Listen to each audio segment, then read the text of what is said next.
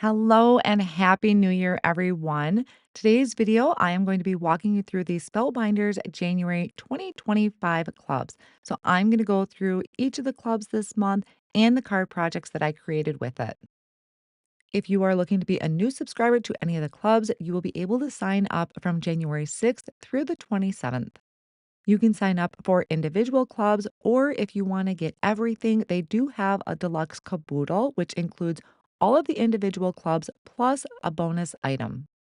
So, the first club that I'm going to share with you is the Better Press of the month for January 2025. This one is a beautiful two-piece butterfly set with some sentiments and coordinating dies. Now, this stencil that I'm showing you is what the club bonus item is. And I'm going to be creating with this a little later on in this video, so be sure to stick around for that card project. This Betterpress plate is called Take Flight. I absolutely love butterflies, and I did this one where I did kind of an ink smushed background and then did some Betterpress black ink with my plates to give that die cut or that butterfly image, and then die cut them out with the coordinating die. I paired it with the embossing folder of the month for January 2025. Next, we have the stencil of the month, and this one is called Nature's Frame. It is a beautiful, I think, five-piece layering set that creates a gorgeous floral frame and helps you kind of highlight the center to put your sentiment and draw the focus in. Here are a couple examples I did as I was kind of getting familiar with the stencil and playing with color combinations. And then I do have a card that I created using some lilacs I think I did for inks with the Gina K Designs Lilac Collection. I also paired it with a sentiment that I stamped and die cut from the clear stamp and die of the month for January 2025, and then backed it with some colored cardstock, which I believe that colored cardstock is from Spellbinders. And I think I say this every month, but one of my favorite things about the Spellbinders clubs is that everything coordinates together. So if you get one club or two clubs or all of them, they all work together so nicely. Next, we have the Glimmer of the Month, and this one is a beautiful piece that covers an entire card front. It is called Elliptical Weave. There's also some individual sentiments that you can trim out with your paper trimmer. And then with the Glimmer of the Month, you do get a roll of glimmer foil to get you started. Now, the card I created, I did my foiling first. No, I did my ink blending first. So I have an ink blended background. I kind of gauged it where I have the center point being the lightest and then went around it with a blue shade. And then I went and did my glimmer foil. So that's typically what I do when I foil and do ink blending is I blend first, foil afterwards, and then paired it with a sentiment from the clear stamp and die of the month. Then we have the 3D embossing folder of the month. This one is called Stylized Lattice. Creates a beautiful depth and dimension to your card projects. So for this one, again, I did my ink blending first, then ran that cardstock through with the 3D embossing folder and just check out all of that detail. I did pair it with the butterfly from the Better Press of the month, but I foiled it instead of using the Better Press ink. And then I also paired it with a sentiment from the clear stamp and die of the month. This is the embossing folder of the month. So this is a 2D embossing folder. It is called Fauceted Petals. And this one creates just some nice subtle texture to your backgrounds.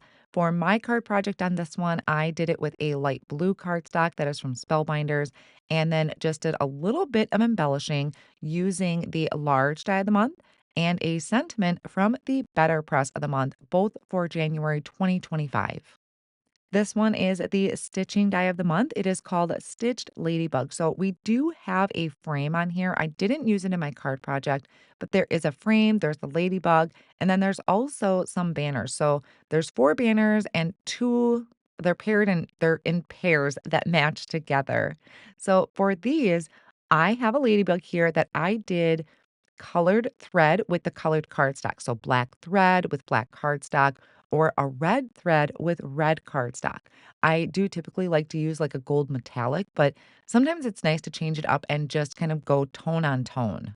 And while I do enjoy stitching on cards, also keep in mind that you can do these without adding any stitching. It does provide some really nice detail. That ladybug are super cute.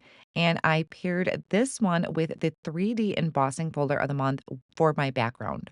This is the clear stamp and die of the month. Now, you can get just the clear set if you like, but I definitely prefer the die because the coordinating die cuts out all of your sentiments. And this is a beautiful sentiment set. I did a whole bunch of these. Some I stamped in black, some I did heat embossing, and then just kind of put them off on the side to use for future projects. I've used these sentiments numerous times on my card projects already throughout the video. Here I have it where it's right in the center of my card, but I did pair it with the small die of the month, which is that beautiful dragonfly that I did some ink blending on the wings. So they make a great focal point or just kind of tying in to another die cut image. Next, we have the wax seal of the month. This one is called Floral Jewel. Now, this one, I believe they consider this a 3D and 3D wax seal. So for these, you are going to need an additional wax bead compared to what you would normally do. I think I normally do like 4 when I'm just starting out, but for these, you are going to need to add an extra bead. At least that's what I did, and that is what worked well for me. Now, normally in the wax seal of the month, you would have seen a set of wax beads. But this month, they are including this little storage case. So these are sold separately on the Spellbinders website, but these are really great and handy to store your wax beads. You can put in your actual wax seal. So you can remove one of the inserts and put your wax seals in there. This is really great for if you just have a small collection, you're starting out, or maybe you're on the go or going to a crafting event. Now, my card project that I created with this particular wax seal, which that 3D is absolutely gorgeous, by the way. I normally would go over my image or my wax seal with another kind of gold metallic type of pigment pen, but this time I left it as is, and I paired it with the embossing folder of the month.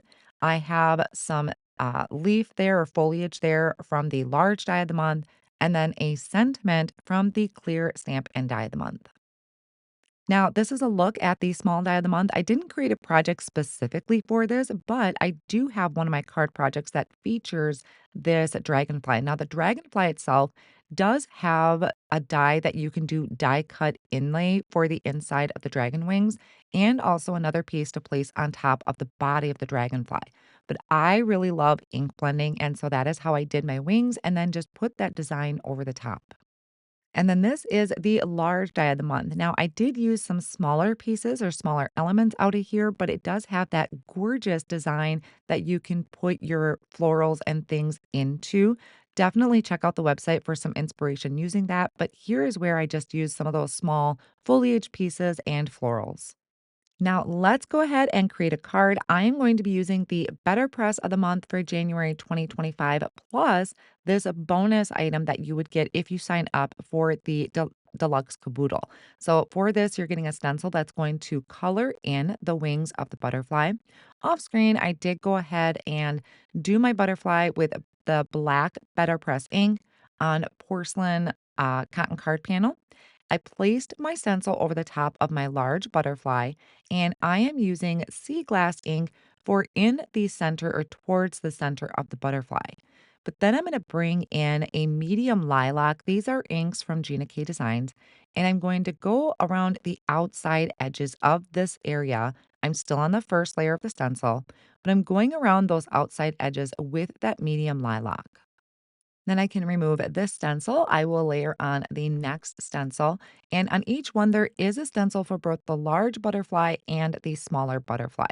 I'm going to use that same process I just did for the rest of the layers of the butterfly for this larger one. And after a while, I'm going to just show you the reveal because I'm always starting out with the sea glass ink towards the center and the medium lilac on the outside edges. And I am using a sticky mat to hold my die cut in place and also my stencil to do my ink blending. Then I also am doing the small one right away as well since I have my inks out. So I'm showing you the reveal for each of the layers. I absolutely love this color combination on my butterfly. I think it really helps make the butterfly pop. Now, I'm going to keep my background fairly simple for my butterflies. I have a piece of hammermill cardstock cut to 4 1/4 by 5 1/2, and I'm going around the outer edges of it with the sea glass ink. So the same colors that I used for the butterflies. I brought that in a little bit towards the center, and then I'm going to come in with that medium lilac, Once again, going around those outer edges, but just not coming in as far. I wanted a little bit more contrast to my edges, so I brought in the dark lilac and went around that outer edge so it brings in that nice highlight in the center. Now, this is my craft stacks tray that I have all of my extra sentiments here, and you can see the dragonfly pieces. So I picked out a sentiment that I had already pre-done. And before I add anything, I am going to add some white splatters. This is some titanium white paint from Alt New that I was trying out. So I added the splatters to the background, and now the butterflies I am popping up with some foam tape. All of these supplies are going to be listed down below in the video description and over on my blog. I am super happy with how this card project came out. If you enjoyed today's video, here is another video that I think you might like.